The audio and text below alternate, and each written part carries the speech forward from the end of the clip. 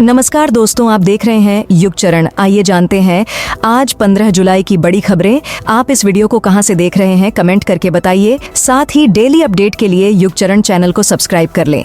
आज की पहली खबर है कि इंडिया ने 4-1 से जीती T20 सीरीज। टीम इंडिया ने रविवार को हरारे के मैदान में खेले गए 5वें T20 में भी जिम्बाब्वे को हरा दिया। साथ ही 5 मैचों की T20 सीरीज को 4-1 से जीत लिया। 5वें T20 में जिम्बाब्वे ने टॉस जीता और भारत को बल्लेबाजी के लिए बुलाया। कप्तान सिकंदर रजा का फैसला पावर प्ले तक सही साबित हुआ। पावर प्ले में इंडिया ने कप्तान शुभमन, ओपनर यशस्वी और अभिषेक शर्मा के विकेट खो दिए थे। स्कोर था सिर्फ 46 रन। इसके बाद संजू सैमसन ने 50 लगाई और रियान पराग के साथ 65 रन की साझेदारी की। शिवम दुबे ने डेथ ओवर्स में चौके छक्के लगाकर टीम का स्कोर 167 रन तक पहुंचाया। जिम्बाब्वे की टीम 18.3 ओवर में 125 रन पर ऑल आउट हो गई।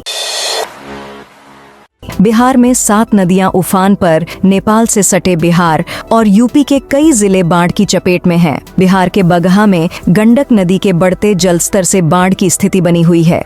राज्य की 7 नदियां घाघरा, गंडक, बागमती, कमलाबलान, कोसी, महानंदा और परमान नदी खतरे के निशान से ऊपर हैं। यहां पिछले 48 घंटे में 25 लोगों की मौत बिजली गिरने से हुई है।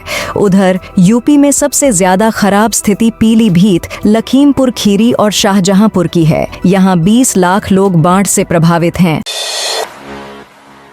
अनंत राधिका की शादी का रिटर्न गिफ्ट। अनंत अंबानी ने 12 जुलाई को long time girlfriend Radhika Merchant से शादी कर ली है। इंटरनेशनल वीवीआईपी गेस्ट और करोड़ों के खर्च में हुई ये शादी सुर्खियों में है।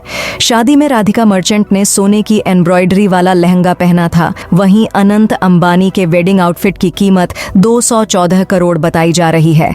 अब खबर है कि अनंत अंबानी ने शादी के दिन अपने 25 करीबी दोस्तों को 1.67 करोड़ की लग्जरी वॉच गिफ्ट की है।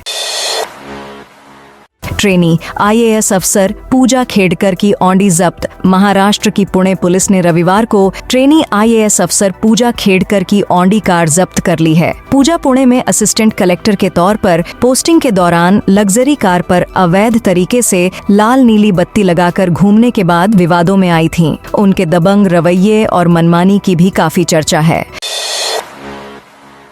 राजस्थान के 20 जिलों में आंधी बारिश का अलर्ट। मौसम विज्ञान केंद्र जयपुर के निदेशक राधेश्याम शर्मा ने बताया कि मानसून की ट्रफ लाइन अब शिफ्ट होकर उत्तर भारत की तरफ चली गई। इसके कारण राजस्थान में अब बारिश की गतिविधियां कम हो गईं। 16 जून से राजस्थान में एक बार फिर से मानसून एक्टिव होगा और तेज बारिश का दौर शुरू होगा। उत्तरी राजस्थान आई आंधी बारिश के बाद यहाँ लोगों को तेज गर्मी से राहत मिली। श्रीगंगानगर, हनुमानगढ़, चूरू, बीकानेर, जैसलमेर, फ्लौदी के एरिया में पिछले 2-3 दिन से लगातार तापमान 40 डिग्री सेल्सियस से ऊपर था, जो अब गिरकर 38 से 39 डिग्री सेल्सियस के बीच आ गया। हालांकि जयपुर, अजमेर, टोंक, भरतपुर के एरिया में दिन भर धूप रही और उमस रही। देर शाम को राजधानी जयपुर के कुछ इलाकों में बारिश हुई है। मौसम विज्ञान केंद्र जयपुर की ओर से आज जयपुर, बीकानेर, गंगानगर, हनुमानगढ़, चूरू, झुंझुनू, सीकर, अलवर, दौसा, भरतपुर, धौलपुर, करौली, सवाई माधोपुर, टोंक, भीलवाड़ा, चित्तौड़गढ़,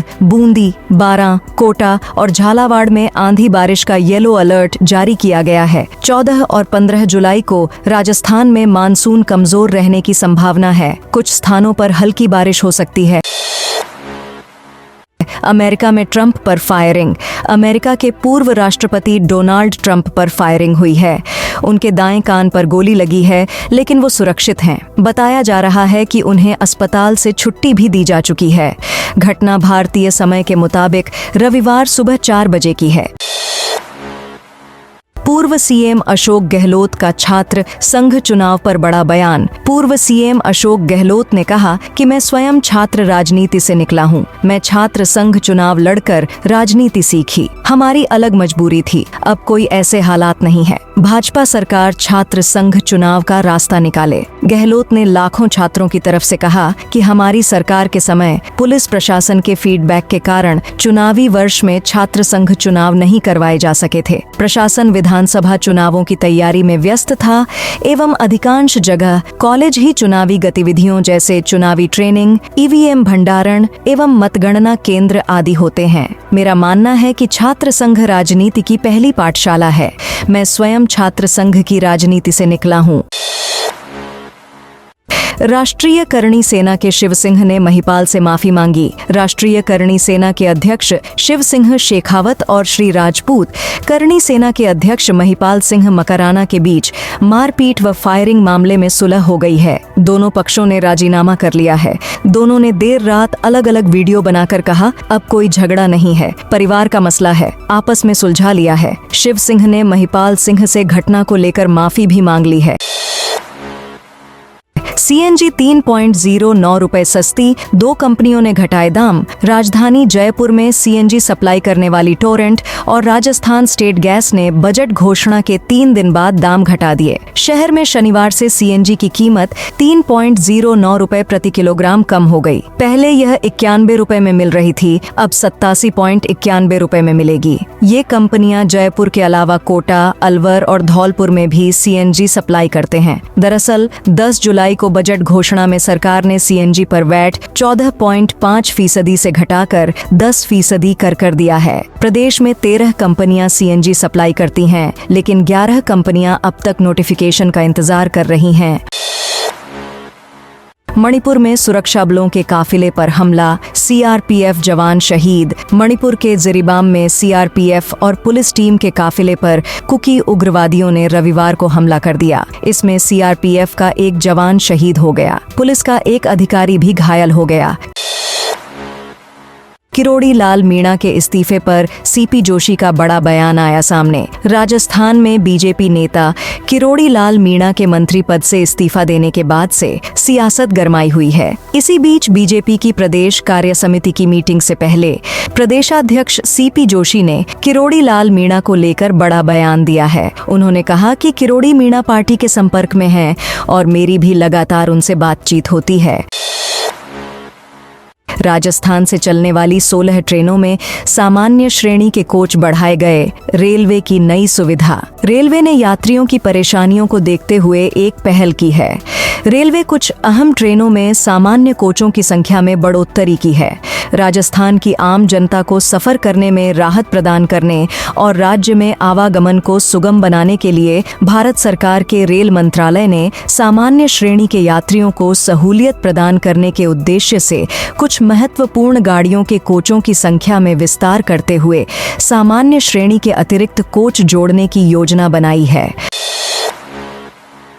मोहनलाल रोत का ऐलान, बीएपी नहीं करेगी गठबंधन। लोकसभा चुनाव में कांग्रेस बीएपी गठबंधन के बाद अब 84 विधानसभा के उपचुनाव में यह बरकरार रहेगा या नहीं, इस सवाल का जवाब अब धीरे धीरे सामने आने लगा है। पिछले दिनों कांग्रेस की बैठक में विधानसभा उपचुनाव में गठबंधन से साफ तौर से इनकार करने के बाद बीएपी ने भी स्थितियां स्पष्ट कर दी हैं। भारतीय आदिवासी पार्टी के राष्ट्रीय अध्यक्ष मोहनलाल रोत ने कहा कि 84 विधानसभा के उपचुनाव में किसी भी दल से गठबंधन नहीं होगा एवं भारतीय आदिवासी पार्टी स्वतंत्र होकर चुनाव लड़ेगी। तो दोस्तों, ये थी आज शाम की बड़ी खबरें। आप इस वीडियो को कौन से जिले से देख रहे हैं, कमेंट करके बताइए।